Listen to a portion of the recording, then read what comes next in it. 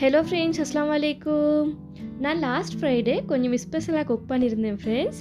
பொதுவாக எல்லாரோட வீட்லேயுமே ஃப்ரைடே வந்தால் கொஞ்சம் ஸ்பெஷலாக தான் இருக்கும்னு நினைக்கிறேன். இன்றைக்கி ஃப்ரைட் ரைஸ் தான் செஞ்சுருந்தேன். ஃப்ரைட் ரைஸை கொஞ்சம் ஏண்டி ஸ்டைலுக்கு டிஃப்ரெண்ட்டாக செஞ்சேன். இது நல்ல டேஸ்ட்டாகவே வந்துச்சு. ஹஸ்பண்டும் சொல்லியிருந்தார் நல்ல டேஸ்ட்டாக இருந்துச்சு, டிஃப்ரெண்ட்டாகவும் இருந்துச்சுன்னு. கூடவே சிக்கனும் ஃப்ரை பண்ணியிருந்தேன். சிக்கன் ஃப்ரை பண்ணுறதுக்கு தான் இந்த மாதிரி சிக்கனை நான் கொஞ்சம் நீட்டமாக கட் பண்ணிட்டிருக்கிறேன். சிக்கனை கட் பண்ணி எடுத்ததுக்கப்புறமா இதில் மசாலா எட் பண்ணுறேன். 1 டேபிள் ஸ்பூன் சில்லி பவுடர் எட் பண்ணுறேன். நீங்கள் உங்களோட காரத்துக்கு ஏற்ற மாதிரி எட் பண்ணுங்கள். 1 டீஸ்பூன் சீரகம், 2 டீஸ்பூன் கொத்தமல்லி, 1/4 டீஸ்பூன் மஞ்சள், தேவையான அளவு சோல்ட்டும் எட் பண்ணிட்டு 1 teaspoon ginger garlic paste add பண்ணிட்டு சோயா சோஸும் 1 teaspoon, tomato sauce 1 table spoon, தயிர் 2 டேபிள் ஸ்பூன் எட் பண்ணிவிட்டு இதுக்கு தேவையான மாதிரி அந்த புளி வார அளவுக்கு மாதிரி லெமன் ஜூஸ் புளிஞ்சு விடுறேன். லெமன் ஜூஸ் ஒரு 1 டேபிள் ஸ்பூன் அளவுக்கு புளிஞ்சு விட்டால் போதும்.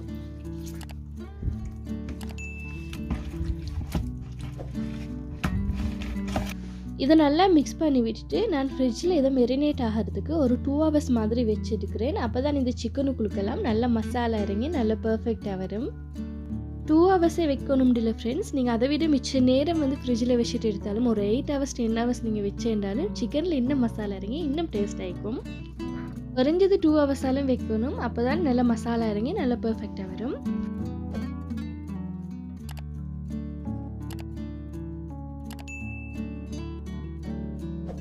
குக் பண்ணுறதுக்கு ஸ்டார்ட் பண்ணதுமே ஃபஸ்ட்டுக்கு சிக்கனை தான் மசாலாவெல்லாம் மிக்ஸ் பண்ணிவிட்டு ஃப்ரிட்ஜில் எடுத்து வச்சுட்டு அடுத்தது கஸ்டர்டை செஞ்சு எடுத்துருந்தேன். கஸ்டர்ட் செய்கிறதுக்கு நான் ஏற்கனவே ரெசிபி போட்டிருக்கிறேன். அப்போவும் இதில் நான் உங்களுக்கு நார்மலாக இந்த ரெசிபி அளவுகளை தரேன்.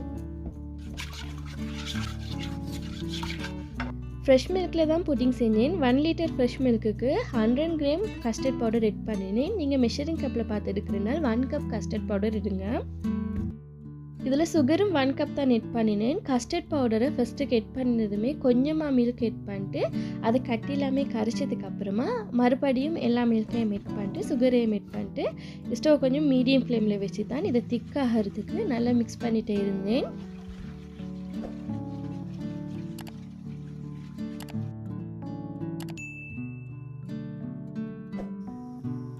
பாருங்கள், இது நல்லா கொஞ்சம் திக்காகிட்டு வருது. இது திக்காகிட்டு வர கொள்ளைக்கு நான் பாதாமை தான் கொஞ்சம் க்ரஷ் பண்ணிவிட்டு இதில் எட் பண்ணினேன்.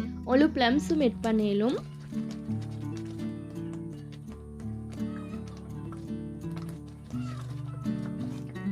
இது நல்லா திக்காகி வந்துட்டுது. இப்போ நான் இதை அப்படியே எடுத்து ட்ரேயில் ஊற்றுறேன். உங்களுக்கு இந்த வீடியோ பிடிச்சிருந்தனால் ப்ளீஸ் ஃப்ரெண்ட்ஸ் நீங்கள் லைக் பண்ணாட்டி மறக்காமல் லைக் பண்ணிவிடுங்க. நீங்கள் லைக் பண்ணினால்தான் எனக்கு இன்னும் நிறைய வீடியோஸ் அப்லோட் பண்ணுறதுக்கு நீங்கள் என்ன மோட்டிவேட் பண்ணின மாதிரி இருக்கும். அது மட்டும் இல்லை, நீங்கள் சப்ஸ்கிரைப் பண்ணாட்டி மறக்காமல் சப்ஸ்கிரைப் பண்ணிக்கோங்க. சப்ஸ்கிரைப் பண்ணிட்டு சைடில் இருக்கிற ஆல் அப்படின்ற ஆப்ஷனையும் ப்ரெஸ் பண்ணிவிடுங்க. அப்போ தான் நான் ஷேர் பண்ணுற எல்லா வீடியோ உங்களுக்கு நோட்டிஃபிகேஷனில் ஃபஸ்ட்லேயே காட்டும். நான் இதுக்கு மேலேயும் பாதாமை கொஞ்சம் இந்த மாதிரி ஸ்ப்ரெட் பண்ணிவிட்டேன்.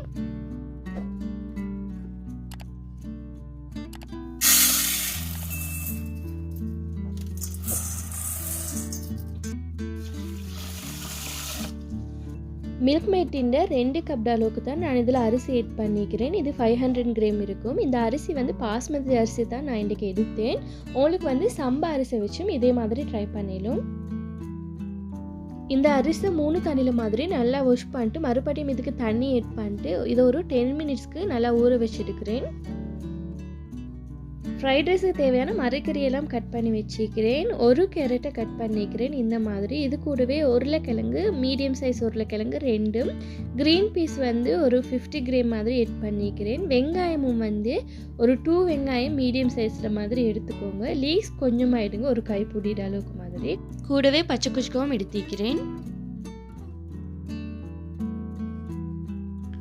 ஃபஸ்ட்டுக்கு எக் ஃப்ரை பண்ணணும். அதுக்கு இதில் 1 டேபிள் ஸ்பூன் ஆயில் எட் பண்ணிட்டு 2 எக்கை உடச்சி ஊற்றிட்டு இதை நல்லா இந்த மாதிரி மிக்ஸ் பண்ணிடுறேன். நீங்கள் மிக்ஸ் பண்ணக்குள்ளே இதில் கொஞ்சமாக சால்ட்டும் பெப்பரும் போட்டு நல்லா இந்த மாதிரி மிக்ஸ் பண்ணி விடுங்க. நான் இதில் சால்ட் எட் பண்ணினேன், பட் எனக்கு அந்த வீடியோ மிஸ் ஆகிட்டுது.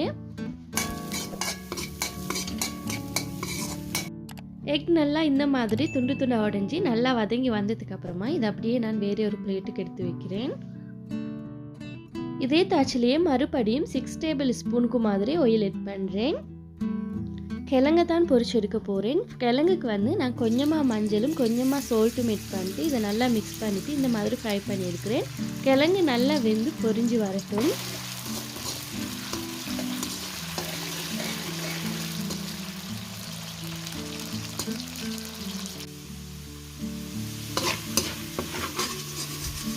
கிழங்கு நல்லா பொரிஞ்சு நல்லா ப்ரௌன் கலருக்கு வந்திருக்குது. இப்போ நான் இதை அப்படியே எடுத்து வேறொரு பிளேட்டில் மாற்றுறேன்.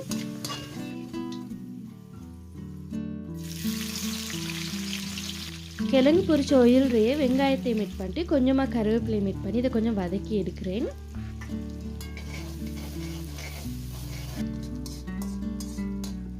வெங்காயம் கொஞ்சம் வதங்கிட்டு வரக்குள்ளைக்கு 3 வெள்ளைப்பூட்டு பல்ல நல்லா இடிச்சிட்டு இதில் எட் பண்ணிட்டு நல்லா வதக்கி எடுக்கிறேன். இதில் வெள்ளைப்பூட்டோட தோலோடு எட் பண்ணக்குள்ளைக்கு நல்ல வாசமாக இருக்கும். உங்களுக்கு தோலோடு எட் பண்ணுறதுக்கு விருப்பம் இல்லாட்டி தோலை எடுத்துட்டு இடிச்சிட்டு எட் பண்ணுங்கள். வெள்ளைப்பூடும் கொஞ்சம் லைட்டாக பொரிஞ்சு வரக்குள்ளைக்கு நான் இதில் சீரகம் 1 டீஸ்பூன், கடுகு 1/4 டீஸ்பூன் எட் பண்ணிட்டு இதையும் வதக்கி விட்டுறேன். இந்த கடுகு வெடித்து சீரகம் கொஞ்சம் பொரிஞ்சு வரட்டும். இப்போ இதில் க்ரீன் பீஸ் எட் பண்ணுறேன். இந்த க்ரீன் பீஸ் வந்து ஏற்கனவே நான் அவிச்செடுத்த க்ரீன் பீஸ் தான். இது வந்து கொஞ்சம் தான் வேகணும், மிச்சம் வேக தேவையில்ல. இப்போ இதையும் கொஞ்சம் லைட்டாக ஆயிலில் பொரிஞ்சு வர அளவுக்கு வதக்கி விடுறேன்.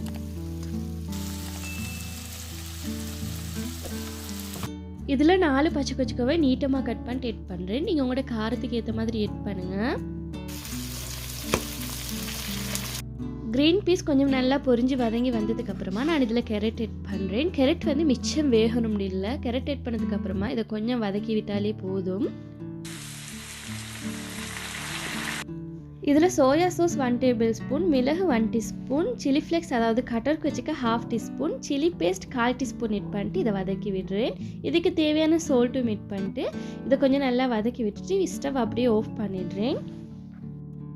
கேரட்டை வந்து நீங்கள் மிச்சம் வதங்க விடவே தேவையில்லை. கேரட் எட் பண்ணத்தோடய இந்த மசாலாவெல்லாம் நீங்கள் எட் பண்ணிட்டு இந்த மாதிரி வதக்கிட்டு ஸ்டவ் ஆஃப் பண்ணிட்டாலுமே ஓகே. நான் வந்து ஃபஸ்ட்டுக்கே தான் இந்த வதக்குற வேலையெல்லாம் செஞ்சேன். அதுக்கப்புறமா தான் ரைஸை வந்து குக் பண்ணி எடுத்தேன். ரைஸை வேக வைக்கிறதுக்கு இதுக்கு ஹாட் வாட்டர் எட் பண்ணிட்டு இதை ஒரு கொதிக்கங்காட்டி இதை அப்படியே மூடி வைக்கிறேன். இங்கே நான் வந்து சிக்கன் ஃப்ரை பண்ணுறதுக்கு கொஞ்சமாக ஆயில் எட் பண்ணுறேன்.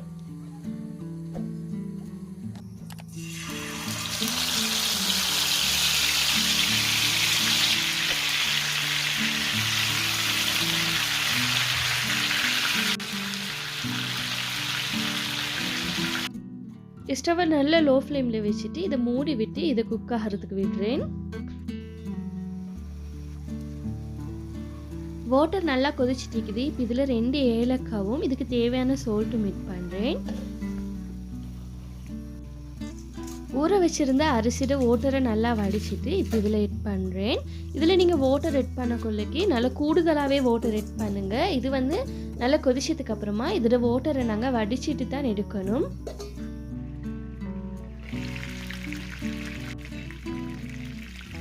சிக்கன் ஒரு சைடுக்கு நல்லா பொரிஞ்சு வந்திக்குது. இப்போ இதை மற்ற சைடுக்கு பெரட்டி போட்டு பொரிச்சு எடுக்கிறேன். இது ஒரு 20 மினிட்ஸ் வேக வச்சாலே போதும். ஒவ்வொரு சைடும் 10 மினிட்ஸ் மாதிரி போட்டுடுங்க, சரியாக வரும்.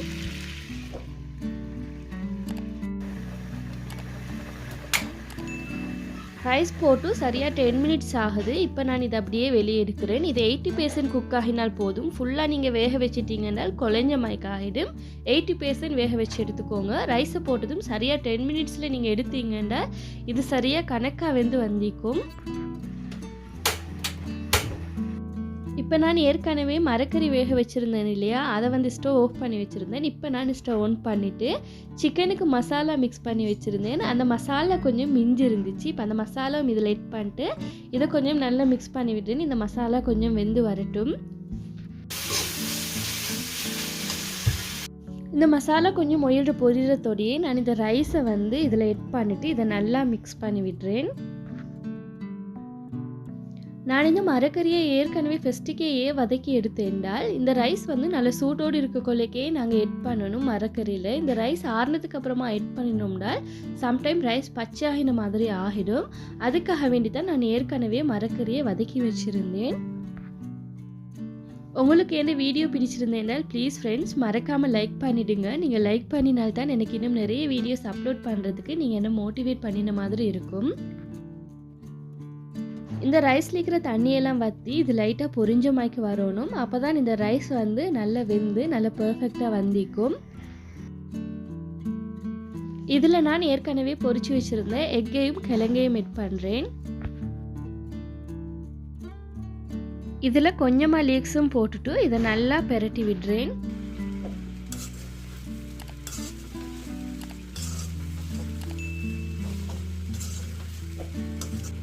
ரைஸை உடையாத மாதிரி நல்லா பார்த்து பெரட்டி விடுங்க. அப்போ தான் பார்க்குறதுக்கு நல்லா அழகாக இருக்கும். இங்கால சிக்கனும் நல்லா ஃப்ரை ஆகி வந்துக்குது.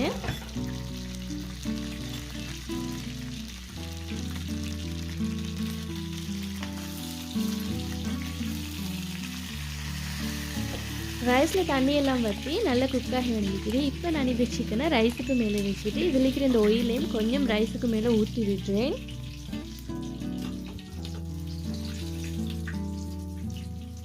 ஒயிலை ரைஸில் ஊற்றி விட்டதுக்கப்புறமா இதை அப்படியே லிட்டால் கவர் பண்ணிட்டு ஒரு 2 மினிட்ஸ்க்கு அப்படியே கவர் பண்ணின மாதிரி வச்சேன்.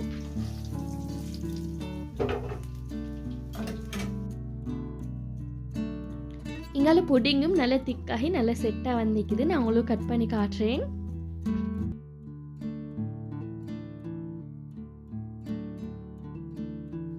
பாருங்கள் ஃப்ரெண்ட்ஸ், இந்த புட்டிங்கும் நல்லா சூப்பராகி நல்லா திக்காகி நல்லா செட்டாகி வந்துருந்துச்சு. இவ்வளோ தான் ஃப்ரெண்ட்ஸ் இந்த வீடியோ. உங்களுக்கு இந்த வீடியோ பிடிச்சிருந்தேன்டா ப்ளீஸ் ஃப்ரெண்ட்ஸ் லைக் பண்ணுங்கள், ஷேர் பண்ணுங்கள், கமெண்ட் பண்ணுங்கள், மறக்காமல் சப்ஸ்கிரைப் பண்ணுங்கள். தேங்க்ஸ் ஃபார் வாட்சிங்.